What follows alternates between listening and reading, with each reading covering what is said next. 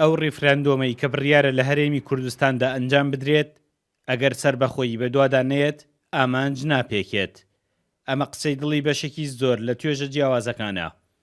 هەمووان جەخت دەکەنەوە کە سربەخۆییش پێویستی بە زەمینەسازی و خۆڕێکخستنەوەیە.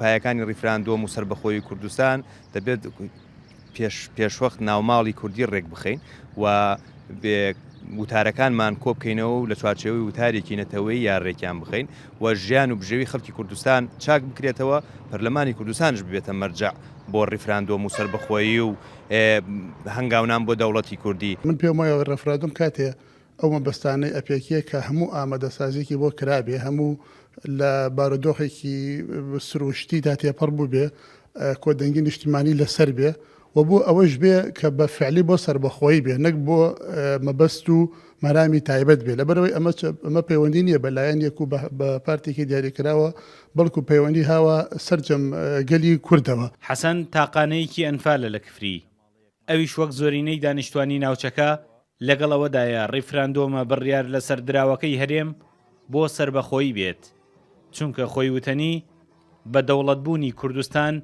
ڕۆحی قوربانیەکانی ئەوانیش ئاسوودە دەکات.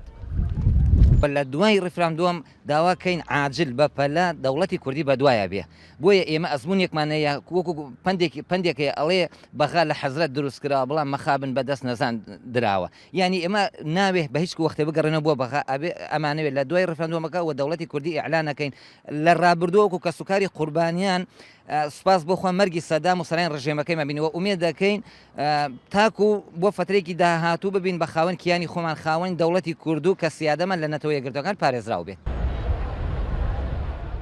هەرێمی کوردستان بە شەقام و لایەنە سیاسیەکانیشیەوە ئەو خاڵە کۆیان دەکاتەوە کە سربەخۆیی و مافی چارەنووس مافی کووردە وەک نەتەوەیەک. چاوی چاوەڕوانیش لەسەر ئەوەیە ڕیفراندۆم سربەخۆیی بەدوادا بێت. سامان کەریم، کورد چات نیوز، کفری.